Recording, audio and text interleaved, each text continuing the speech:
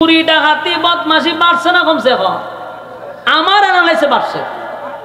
আমি একবারে বাস্তব বলি আপনাদের, এই জয়দেবপুর, গাজীপুর কোন জায়গা, জয়দেবপুর রেল স্টেশনের কাছে 4-5 দিন আগে নিজের চোখে দেখে বলতেছি, আমি নিজের চোখে দেখতেছি যে মুখের মধ্যে লাল কাপড় লাগায়া হাতর দাউলিয়া ওপেন ডাকাতি করতেছে। আমি গ্লাস খুললা প্রশাসনকে বলতেছি, ভাই লোকটারে তো কুবাইতেছে, আপনারা তাড়াতাড়ি যান। প্রশাসন আমার মুখের ভাই চাই রয়েছে, একটা যায় আগাইছে আর একটা প্রশাসনের টাইনে লয়ে গেছে ওপেন মানুষের সামনে। আফসুস কোন দেশে বসবাস করতেছে। আপনারা মনে হয় দেশ পরিবর্তন হয়ে গেছে গা? পরিবর্তন এখনো হয় নাই। এগুলা কারা লাড়াছাড়া করতেছে? মানুষ কি বুঝার আর বাকি রয়েছে? বুঝার বাকি নাই। এই জন্য বলতেছি, নিজের চোখে দেখছি, এই জন্য বলছি। আর ডাকাতি চুরি সবচেয়ে বেশি বাড়ছে, বিশেষ করে ভয় তো আমরার জন্য। প্রতিদিন রাস্তায় এরা সাথে সাক্ষাৎ হয়ে যায়। কোনদিন গাড়ির মধ্যে উরুম দুরুম মারা শুরু করে। তো কদিন আগে এক বুজুর্গ মানুষ ওনার গাড়ি কুবাই নিছে, আমাদের বামুনবাড়ির একজন বুজুর্গ গাড়ি কুবাই নিছে। টেকা নিবি নে, এরপরে গাড়ি কুবাইলা, এরপরে হুজুর সব দেলাই, যা আছে সব দিয়া দেন। তো দিবে তো আমি তোর দিতে প্রস্তুতি, গাড়ি কুবাসকে সবগুলার মুখে কাপড় দেওয়া, এটা তো ভাই রাস্তাত করে। আর আমি তো দেখলাম জয়দেবপুর, আল্লাহর কোরআন সামনে, একটা কথা মিথ্যা না। আমি তো ওপেন বলতেছি, মিডিয়া যদি যায় প্রশাসন শুনতো না। প্রশাসনের সামনে ডাকাতি হইতাছে, আমি প্রশাসন তারে বাঁচান, একটা আড্ডা আর একটা টাইনা লইয়া যায়। সোনার বাংলাদেশের প্রশাসন চিন্তা করছে, আগে তো করলে কিছু পাইছি, লইতে পারতাম না, দায়িত্ব পালন করতাম না। বাস্তব না বাস্তব? আগে দায়িত্ব পালন করছে কেটে জানেন, রাস্তায় পাইছে, কষ্টের বিনিময়ে কিছু মানছে দান সদগা, জানের সদগা, মালের সদগা, ইটা সব রাস্তা ফলাই দিয়ে গেছে। যে আমার জানের সদগা তোরে দিয়ে গেলাম, ইতানে সদগা মদগা খাইতে খাইতে পোলা মানের চোখ একটা মাদা যায়, একটা মাদা যায়, নাহলে আতুরে লুলা হয়। কেন? মানুষের কলিজা ছিদ্র করা টেকা নিছে রাস্তার থেকে। বাস্তব না বাস্তব কইছি? এখন দায়িত্ব পালন করে না কেন? নাই। এটা আমি বাস্তব বলছি, এবং এটা আমি একেবারে আমার পুরো শক্তি নিয়ে বলতেছি। আমি যেটা দেখছি জয়দেবপুরে, প্রশাসনের সামনেই কাজটা হয়েছে। আমার সন্দেহ লাগে প্রশাসন জড়িত কিনা। কেন বলতে বাধ্য হয়েছে? আমি যেই জায়গায় বারবার বলছি, স্যার আপনারা লোকটাকে বাঁচান, হুও করলো না, হাও করলো না। কিতা বুঝতাম আমি? কম যেখানে প্রশাসনের কাছে নিরাপত্তা নাই, এখন আমরা তো ভয় আছি। এই প্রশাসন সেই প্রশাসন না, এটা স্বৈরাচারের প্রশাসন রয়ে গেছে। এদের কাছে আমরা এখনো নিরাপদ না। বর্তমান সরকারকে বলবো ছাঁটাই করেন, নাহলে লক্ষণ খারাপ, তাহলে আমরা বিপদে পড়ুন। তো আল্লাহ আমাদের হেফাজত করুক। আমি এই সূরার নাজিল হইল কেন, এটা আমরা আগে শুনি। 3 দল গেছে কার কাছে? রাসূল আরবি সাল্লাল্লাহু আলাইহি সাল্লামের কাছে।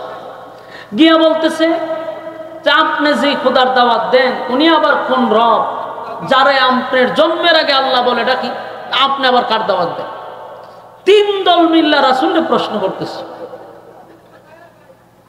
রাসূল সাল্লাল্লাহু আলাইহি সাল্লাম শুধু তাদের কথাগুলি শুনতেছিল, এর মধ্যে তারা প্রশ্ন করছে, আপনার আল্লাহর ডিটেলস পরিচয় আমরা দেন, এবং আল্লাহ কতজন আছে আপনার, আপনার আল্লাহর সাথী সঙ্গী কতজন, বাহিনী কতজন, যোদ্ধা কতজন, এটি আগে আপনারা বলেন, দেখি আমরা আপনার আল্লাহর সাথে ভাড়া যায় কিনা।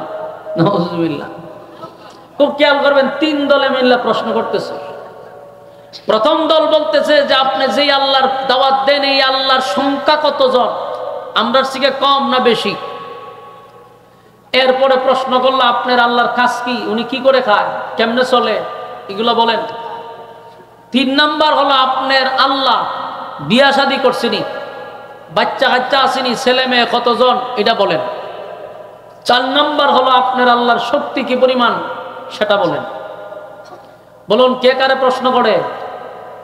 বেঈমানরা রাসূলকে প্রশ্ন করতেছে। 3 দল, ইহুদি, খ্রিস্টান, মূর্তি পূজা। রাসূল সাল্লাল্লাহু আলাইহি সাল্লাম তো নিজের থেকে কিছু বলে না। বলুন নিজের থেকে কোনো কথা বলে? তো বসে রয়েছে। এরার এই বিতর্কিত প্রশ্নে আল্লাহ তখন তাদের দাঁত ভাঙ্গা জবাব দেওয়ার জন্য এই ঘটনারে কেন্দ্র কইরা আল্লাহ তখন আমার তেলাওয়াতকৃত কমপ্লিট সূরা ইখলাস আল্লাহ নাজিল করে। এই কারণে নাজিল হয়েছে।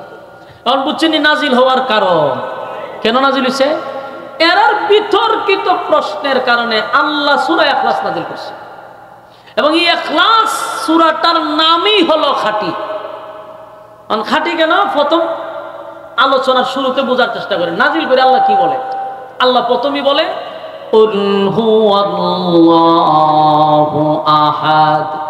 প্রথম নাজিল করেই বলে কুল হুয়াল্লাহু আহাদ। নবী আপনি বলুন আমি আল্লাহ একক, আমি আল্লাহ একক, অদ্বিতীয়, আমার কোনো সাথী নাই, সঙ্গী নাই, ইলাহ নাই। আপনি কইয়া দেন, আর বইলা দেন। কারণ তারা যে আল্লাহরে আল্লাহ বলে আর মুমিন মুসলমানরা যে আল্লাহকে আল্লাহ বলে, এই আল্লাহ বলার মধ্যেও হেদের বলাটার মধ্যে বেজাল আছে, আমরার বলার মধ্যে বেজাল নাই। কেন বেজাল আছে? আমরার মধ্যে বেজাল নাই কেন? কারণ তারা আল্লাহকে আল্লাহ বলে ঠিক, কিন্তু আল্লাহকে এক আল্লাহ বলে বিশ্বাস করে না। আমাদের আশেপাশে হিন্দু লোক থাকলে জিগায়েন, এরাও কয় কি তাকে উপরওয়ালা তো একজন আছে, এটি কিন্তু কয় সব সময় উপরওয়ালা একজন আছে, একজন আছে এটা বিশ্বাস করে, কিন্তু একজন এটা আমাদের মতো বিশ্বাস করে না। এরা মনে করে একজন উপরে আছে, বাকি ওনার সাথী সঙ্গী যারা দুনিয়াতে আছে এরা প্রত্যেকের পিছন দিয়ে একটা করে লাঠি ঢুকায় রাখছে। কথা বুঝেন না? ওই উপর আল্লাহ যেটা আছে ওনারা তো ধরতারে না, নিজের হাতে যেটি বানাইছে এরা মনে করে এরা হইলো ওই আল্লাহর সাথী সঙ্গী, এলে এরা জায়গা মতো খোদা বলতে বাঁশ দিয়া রাখছে। আমি দেখছি বাঁশটা কোন জায়গা দিছে, জায়গা মতো বাঁশ দিয়া রাখছে। এরকম 360 জন আছে বাঁশওয়ালা খোদা। এই 360 জনকেও আল্লাহর সাথী সঙ্গী মনে করে মূর্তি পূজারীরা। আর ইহুদিরা তারা 2 খোদা বিশ্বাসী, খ্রিস্টানরা মানে 3 খোদায় বিশ্বাসী। আর মুমিন ইমানদার আমাদের রব কয়জন? আমরা একজন রবের সাথে কোনো সাথী সঙ্গীও মানি না। উনার কোনো ইলাহ নাই, উনার কোনো সঙ্গী নাই, শরীক নাই, উনি এক অদ্বিতীয়। সুবহানাল্লাহ। এজন্য আল্লাহ শুরুতেই বলেন কুল হুয়াল্লাহু আহাদ। নবী আপনি বলুন আমি আল্লাহ একক, অদ্বিতীয়, আমার কোনো সাথী নাই, আমার কোনো সঙ্গী নাই, আমার কোনো ইলাহ নাই। কুল হুয়াল্লাহু আহাদ। নবী আপনি বলুন আমি আল্লাহ একক, অদ্বিতীয়, আমার কোনো সাথী নাই, আমার কোনো সঙ্গী নাই, আমার কোনো ইলাহ নাই।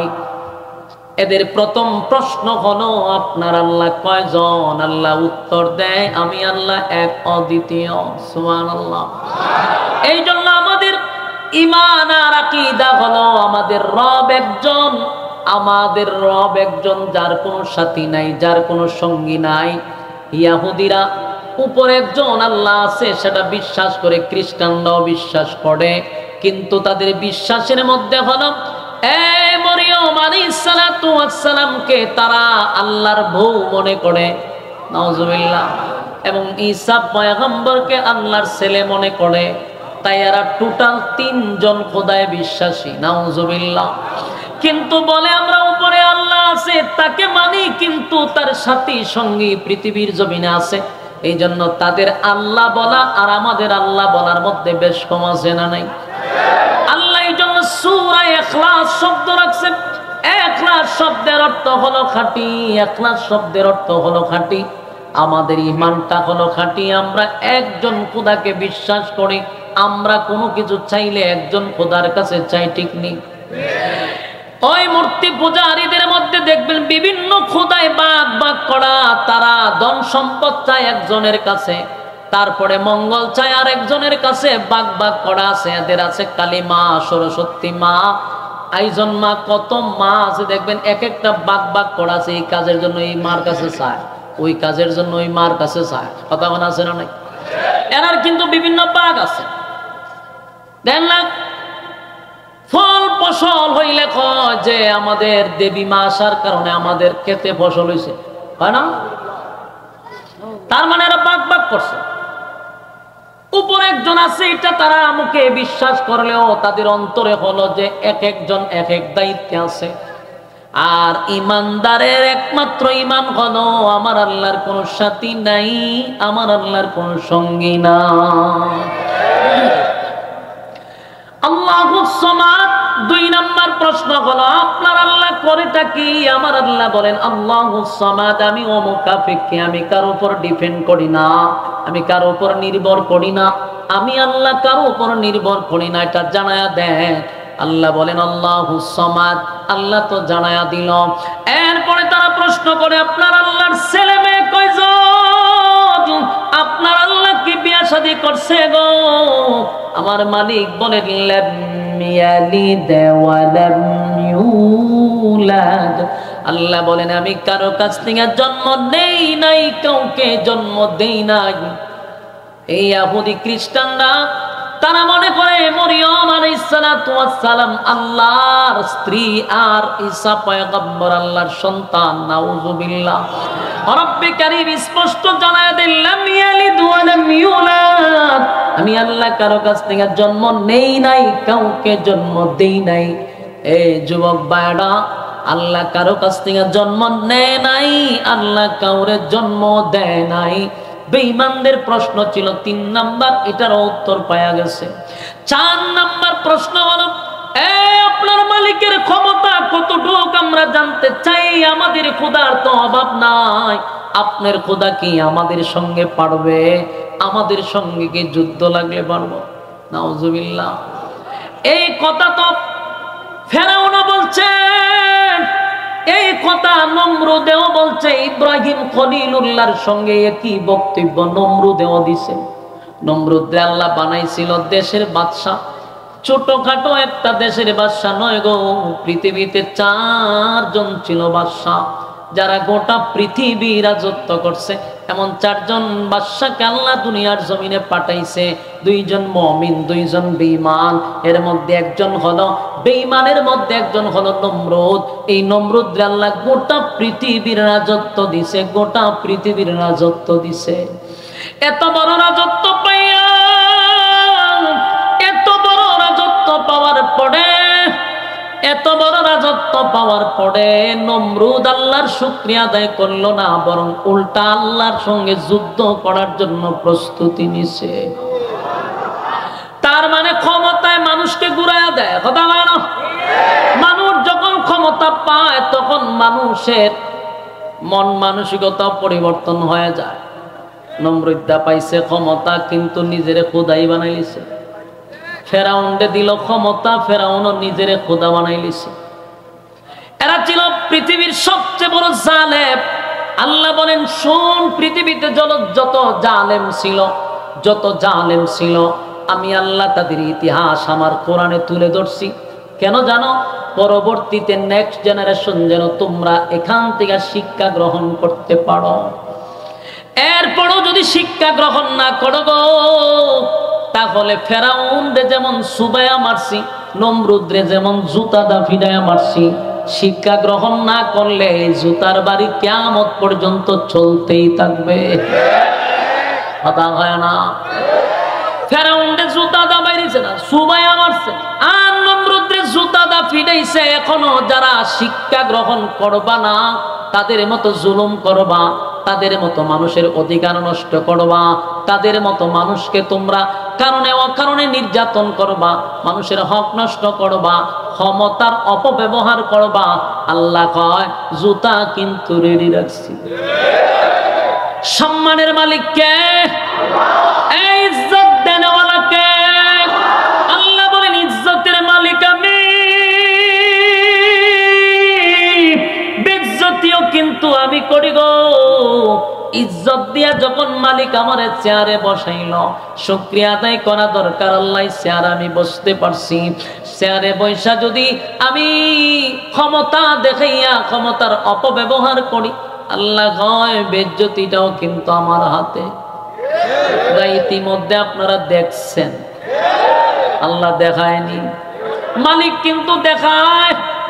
যুগে যুগে আমাদেরকে বারবার বলছে শুন, তোরা শিক্ষা গ্রহণ কর। এমনকি জালেমের ব্যাপার আল্লাহ কসম করছে 4টা। জোরে কোন কয়টা? জালেমদের ব্যাপারে 4টা কসম করছে। ওয়াসসামাই যাতিল বুরুজ, আল্লাহ কয় নক্ষত্রের কসম, তারকার কসম। আল্লাহ বলেন দুর্গ বিশিষ্ট আকাশের কসম, ওই যে আমরা দেখি আকাশ, এই আকাশের কসম, তারকার কসম করছে আল্লাহ, ওয়াস-সামাই যাতিল বুরুজ ওয়াল ইয়াউমিল মাউউদ, পরকালের কসম, যেদিন আল্লাহ বিচারক হবে সেই দিনের কসম, যেদিন আমাদের আমলনামা আমাদেরকে দেখানো হবে সেই দিনের কসম, যেই দিন বদলা নেওয়া হবে সেই দিনের কসম, ওয়াল ইয়াউমিল মাউউদ। এরপর আল্লাহ বলেন ওয়াশাহিদিন ওয়া মাশহুদ। এই আয়াতে দুইটা কসম, প্রথম দুই আয়াতে দুই কসম, এই আয়াতে দুইটা কসম, ওয়াশাহিদিন ওয়া মাশহুদ, দুইটা কসম। আল্লাহ বলেন ইয়াউমুল জুমআ, জুমার দিনের কসম, ইয়াউমুল আরাফা, আরাফার কসম, যে দিনটা মানুষের কাছে ঘুরে ঘুরে বারবার আসে সেই দিনের কসম। তাহলে রব্বি কারীম চারটা কসম করলো। কেন চারটা কসম করলো? কুতিলা আসহাবুল উখদুদ, চার কসম করে রব্বি কারীম বলে বাংলা শুন, চারটা কসম করে রব্বি কারীম বলেন কুতিলা আসহাবুল উখদুদ, চারটা কসম করে আল্লাহ বলেন আমি আল্লাহ বলছি গর্ত খননকারীর উপরে আমি আল্লাহর অভিশাপ।